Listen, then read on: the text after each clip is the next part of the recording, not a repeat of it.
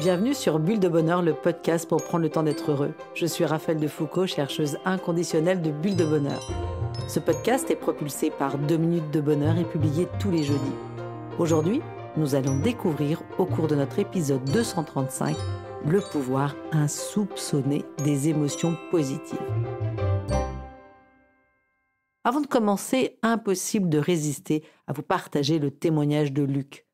Et il nous dit « Après une carrière bien remplie, je viens de prendre ma retraite et je dois dire que je me sens vraiment bien. Les livrets « Un temps pour soi retraite » ont été une véritable révélation pour moi. Ils m'ont permis de mieux me comprendre et apprécier cette nouvelle étape de ma vie, en me proposant des activités et des réflexions qui m'ont beaucoup aidé. Je me sens serein et enthousiaste pour cette nouvelle aventure. Merci pour cet accompagnement précieux. Alors, pour en savoir plus, rendez-vous sur notre site 2minutesdebonheur.com. Oh là là, mais qu'est-ce que ça me chicote! Bien que je sois à la retraite, je passe mes journées à stresser. Je me retrouve à gérer de nombreux problèmes administratifs et à courir après le temps entre mes diverses activités, le vieillissement de mes parents et puis mes petits-enfants. Je me sens épuisée, démotivée et à court d'idées pour trouver des solutions. Je n'arrive même pas à trouver des moments de joie dans mon quotidien. En observant ma voisine, une mère de famille avocate, qui travaille tout en s'occupant de 3 jeunes enfants, je vois qu'elle semble toujours avoir une solution, même lorsque ses enfants sont malades et qu'elle gère en même temps des dossiers importants. Moi, je serais abattue et complètement perdue. Elle garde constamment le sourire, trouve le temps de discuter avec moi et même de m'apporter une part de gâteau faite par ses enfants. Je suis impressionnée par sa disponibilité et son adaptabilité en toutes circonstances. Et là, ça me chicote. Existe-t-il un lien entre les attitudes positives, notre bien-être, notre niveau de stress et notre motivation ? Comme vous le savez sûrement, et j'en parle bien souvent, la mission de la psychologie positive est de comprendre et de favoriser les facteurs qui permettent aux individus, aux communautés et aux sociétés de s'épanouir, sur les travaux de Seligman en 2000. Quel rôle les émotions positives jouent-elles dans cette mission ? À première vue, la réponse semble simple. Les émotions positives servent de marqueurs d'épanouissement et de bien-être optimal. Il est certain que les moments de notre vie caractérisés par des expériences d'émotions positives telles que la joie, l'intérêt, la curiosité, la satisfaction, l'amour et bien d'autres sont des moments où nous ne sommes pas en proie à des affects négatifs tels que l'anxiété, la tristesse, la colère et le désespoir. Avant de rappeler ce que produisent les émotions positives, je voudrais revenir sur les émotions et les affects plus négatifs. Effectivement, sous l'effet d'émotions comme la peur, la tristesse, le dégoût ou la colère, il y a un processus psychologique qui réduit nos pensées afin de promouvoir une action rapide et décisive. Effectivement, si je vois un enfant qui risque de se faire renverser, la peur me pousse instinctivement à le tirer vers moi pour le protéger. À ce moment-là, vous êtes d'accord avec moi, je n'élabore pas ma pensée, j'agis. Au contraire, les émotions positives comme la joie, l'intérêt, la curiosité, la satisfaction, la fierté et l'amour semblent avoir un tout autre effet. Elles élargissent l'éventail de nos pensées et de nos actions qui nous viennent alors à l'esprit. C'est ce qu'a développé Barbara Fredrickson en 1998 avec sa théorie de l'élargissement et de la construction que nous allons développer et explorer. Cette théorie de l'élargissement et de la construction nous dit que certaines émotions positives, comme la joie, la curiosité, la satisfaction, la fierté et l'amour, ont toutes en commun la capacité d'élargir les répertoires de nos pensées. Ces émotions nous poussent à des actions et renforcent nos ressources personnelles de façon durable. Et ça agit sur nos ressources physiques et intellectuelles tout autant que sur nos ressources sociales et psychologiques. La joie, par exemple, nous donne l'envie de jouer, de repousser les limites et d'être créatif. Ces envies se manifestent non seulement dans le comportement social et physique, mais aussi dans notre comportement intellectuel et artistique. D'ailleurs, qu'est-ce qui vous met en joie ? La joie ou la curiosité, une autre émotion positive, élargit notre état d'esprit en créant le besoin d'explorer, d'absorber de nouvelles informations et de nouvelles expériences.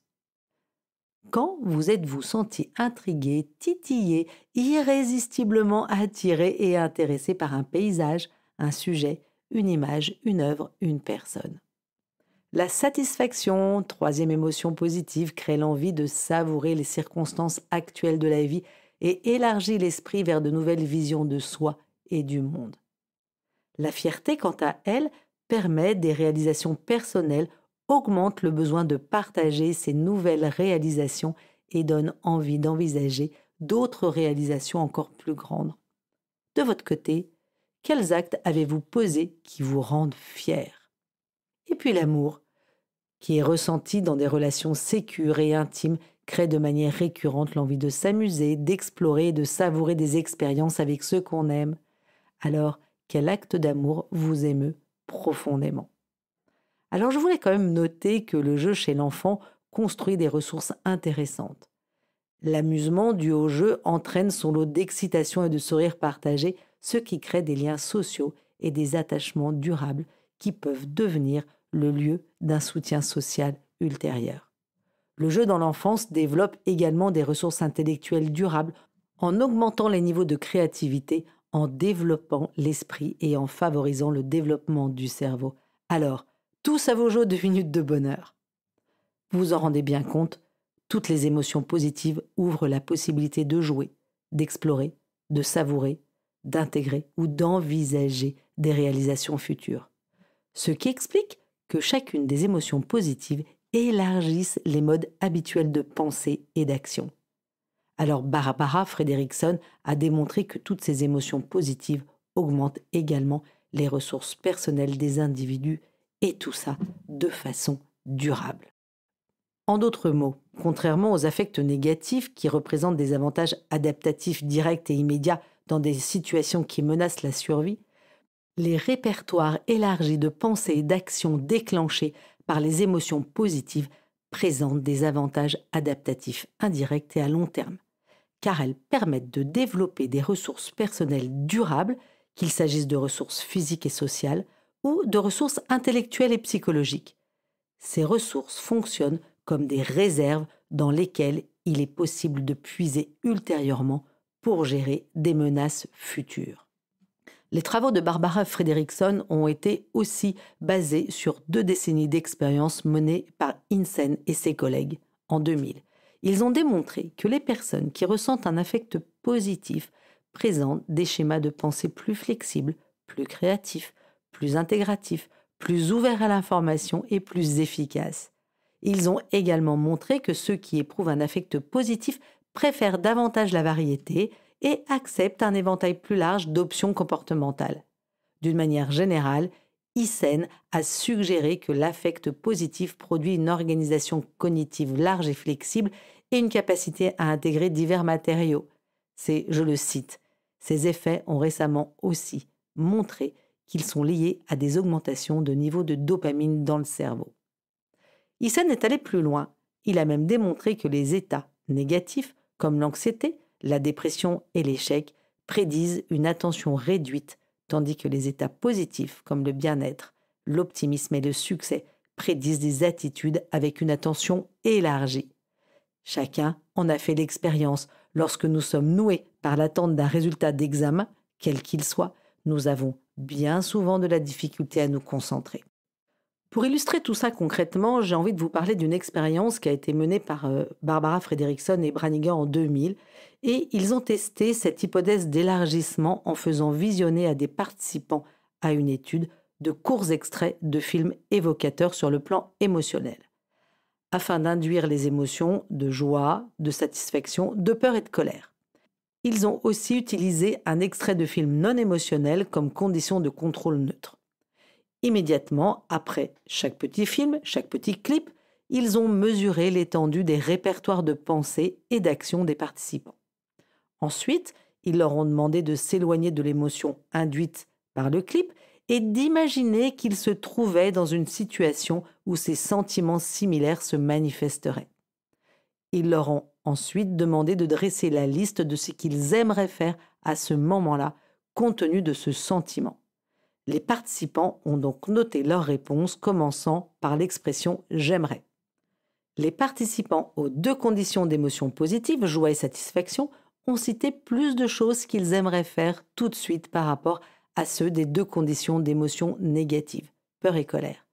Et plus important encore, par rapport à ceux de la condition de contrôle neutre, ceux qui étaient dans les 2 conditions d'émotion négative ont également nommé moins de choses que ceux qui étaient dans la condition de contrôle neutre. Mais du coup se pose la question, est-ce que les émotions positives annulent-elles les affects négatifs ? Alors, si les émotions négatives réduisent le répertoire de pensées et d'actions momentanées et que les émotions positives élargissent ce même répertoire, est-ce que justement ces émotions positives peuvent corriger ou annuler les effets secondaires des émotions négatives ? Nous savons que lorsque nous sommes aux proies d'une émotion comme la colère ou la peur, il y a une augmentation de l'activité cardiovasculaire due à l'activation du nerf sympathique. Je vous renvoie pour ça à notre podcast 146. Et puis sur la théorie polyvagale qui en découle, je ferai prochainement un podcast sur ce sujet. Du coup, la question se pose de savoir si les émotions positives accélèrent la récupération de cette réactivité cardiovasculaire ou est-ce qu'elles l'annulent en ramenant le corps à des niveaux d'activation plus moyens.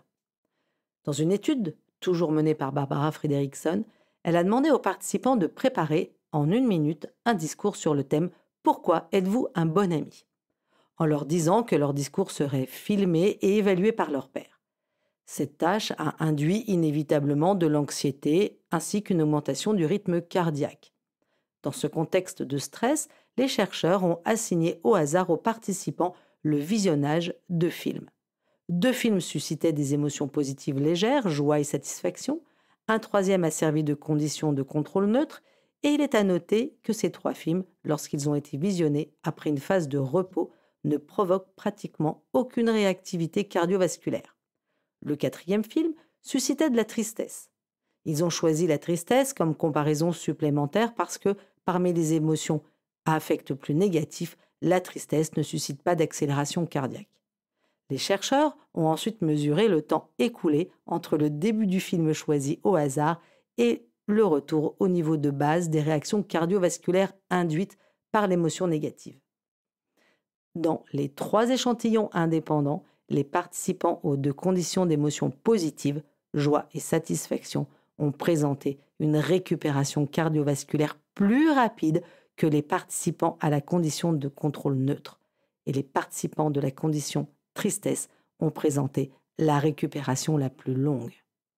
En conclusion, nous pouvons donc dire que les émotions positives peuvent aider et nous aider tous à replacer les éléments de notre vie dans un contexte plus large en atténuant ainsi la résonance d'un événement négatif particulier.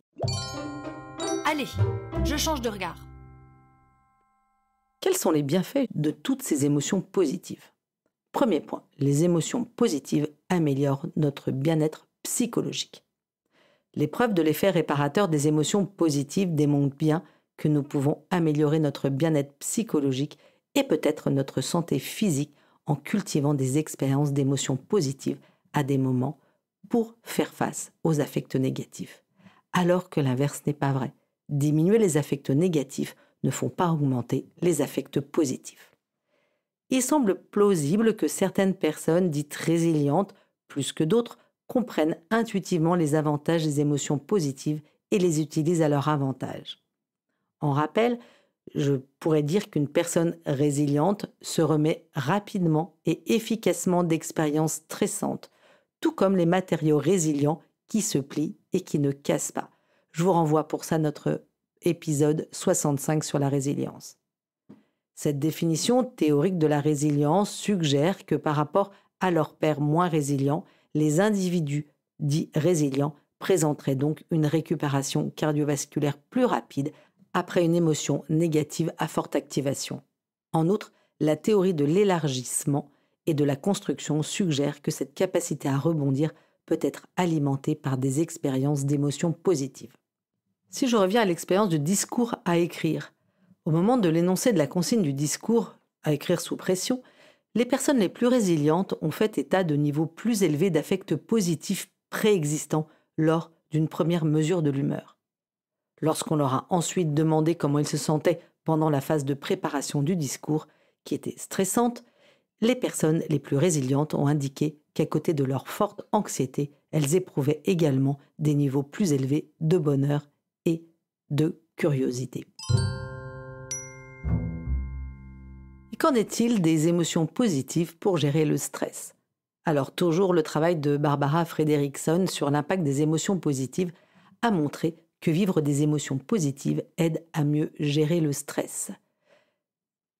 Elle a découvert que ressentir des émotions positives à un moment donné permet de mieux faire face au stress plus tard, alors que les émotions et les affects négatifs n'ont pas cet effet. Les émotions positives encouragent des stratégies comme la réévaluation d'une situation stressante pour la rendre moins importante ou la prise de distance psychologique face à une source de stress persistante. Imaginez quelqu'un qui part à la retraite.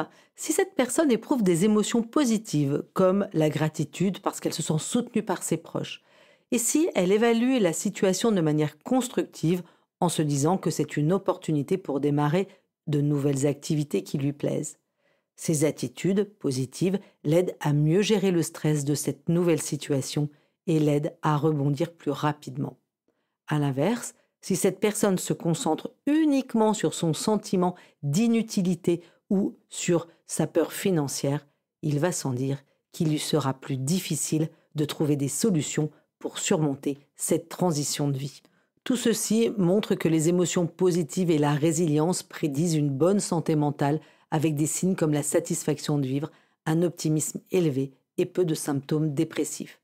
Ces avantages constituent des ressources psychologiques et cognitives qui se développent grâce aux émotions positives et renforcent la résilience face aux épreuves de la vie. Il y a donc bien une interaction possible entre trois éléments: émotions positives, stratégie de pensée élargie et résilience. Les émotions positives renforcent notre système immunitaire. Des recherches ont montré que les émotions positives influencent le système immunitaire. L'équipe de Matsunaga a étudié ces liens en présentant à un groupe un film avec un acteur superstar pour susciter des émotions positives et à un autre groupe un film neutre. Des analyses sanguines ont révélé que les émotions positives augmentaient l'activité des cellules immunitaires, notamment celle des cellules NK, et augmentaient aussi le niveau de dopamine, vous savez, notre petite hormone du bonheur. Les systèmes nerveux, endocriniens et immunitaires sont donc bien liés aux émotions positives. D'autres chercheurs ont également constaté que l'optimisme favorise une humeur positive et un renforcement du système immunitaire. Les émotions positives diminuent aussi les risques cardiovasculaires. Des études ont démontré que les personnes avec un haut niveau de bien-être psychologique sont moins sujettes aux problèmes cardiovasculaires. Cela s'explique par des processus de bonnes habitudes alimentaires et un sommeil réparateur favorisé par des émotions positives. Et tout ça avec une absence de processus de détérioration liés aux affects négatifs qui peuvent induire des addictions comme le tabagisme, la consommation d'alcool excessive ou toute forme d'inflammation. Matsugana et son équipe en 2009 ont approfondi cette relation en examinant les effets des émotions positives sur le cerveau et le système cardiovasculaire. En utilisant un film romantique pour induire des émotions positives, ils ont observé une interaction significative avec la variabilité du rythme cardiaque influencée par le système nerveux parasympathique, ainsi qu'une activité cérébrale dans des régions clés comme le thalamus, l'hypothalamus, le cortex préfrontal médian. Ces résultats démontrent bien que les émotions positives diminuent les risques cardiovasculaires. Alors pour terminer, les émotions positives sont bien donc un signe d'épanouissement. Mais ce n'est pas tout. Les émotions positives produisent également de l'épanouissement. En outre, elles le font non seulement dans le moment présent, c'est agréable, mais aussi à long terme. Le message à retenir est que les émotions positives valent la peine d'être cultivées, non seulement en tant qu'état final en soi, mais aussi en tant que moyen de croissance psychologique et d'amélioration du bien-être au fil du temps. Et hop, je me lance. En bref, si je résume, les émotions positives, 1. valent la peine d'être cultivées, 2. améliorent le bien-être au fil du temps, et 3. permettent d'être en meilleure santé. À vous de jouer, chers auditeurs. La carte de 2 minutes de bonheur vous propose aujourd'hui de noter 3 émotions positives ressenties. Enjoy! Cette semaine, nous vous invitons à boire votre petite mousse dans les champs, aux côtés de Bouddha, qui nous enseigne « Le plaisir se ramasse, la joie se cueille et le bonheur se cultive ». Nous vous souhaitons une bonne récolte. Avec Bulle de Bonheur, prenez le temps d'être heureux. Merci pour votre écoute. Si vous avez aimé, dites-le nous avec 5 étoiles. Laissez vos commentaires et envoyez des bulles de bonheur à vos amis et partagez ce podcast. Inscrivez-vous à la newsletter en allant sur notre site 2 minutes de bonheur pour être notifié des prochains épisodes. C'est aussi très facile de nous trouver sur les réseaux sociaux, Facebook et Instagram. Il suffit de chercher 2 minutes de bonheur. Bulle de bonheur est propulsée par 2 minutes de bonheur, des outils pour créer du lien et prendre le temps d'être heureux.